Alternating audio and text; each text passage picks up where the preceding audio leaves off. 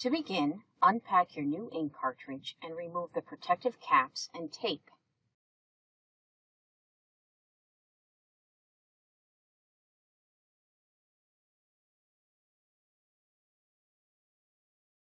Using the supplied cleaning cloth, gently wipe the electrical contacts on the new cartridge.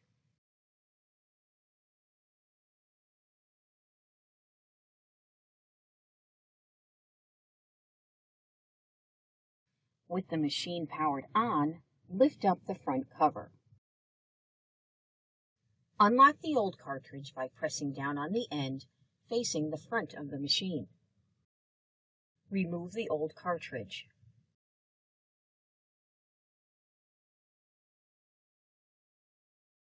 Using the cleaning cloth, gently wipe the electrical contacts inside the machine as shown.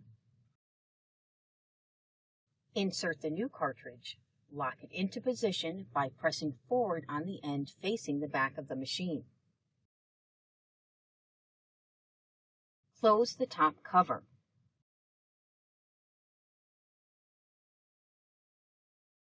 The machine will now prompt you to perform an ink cartridge alignment.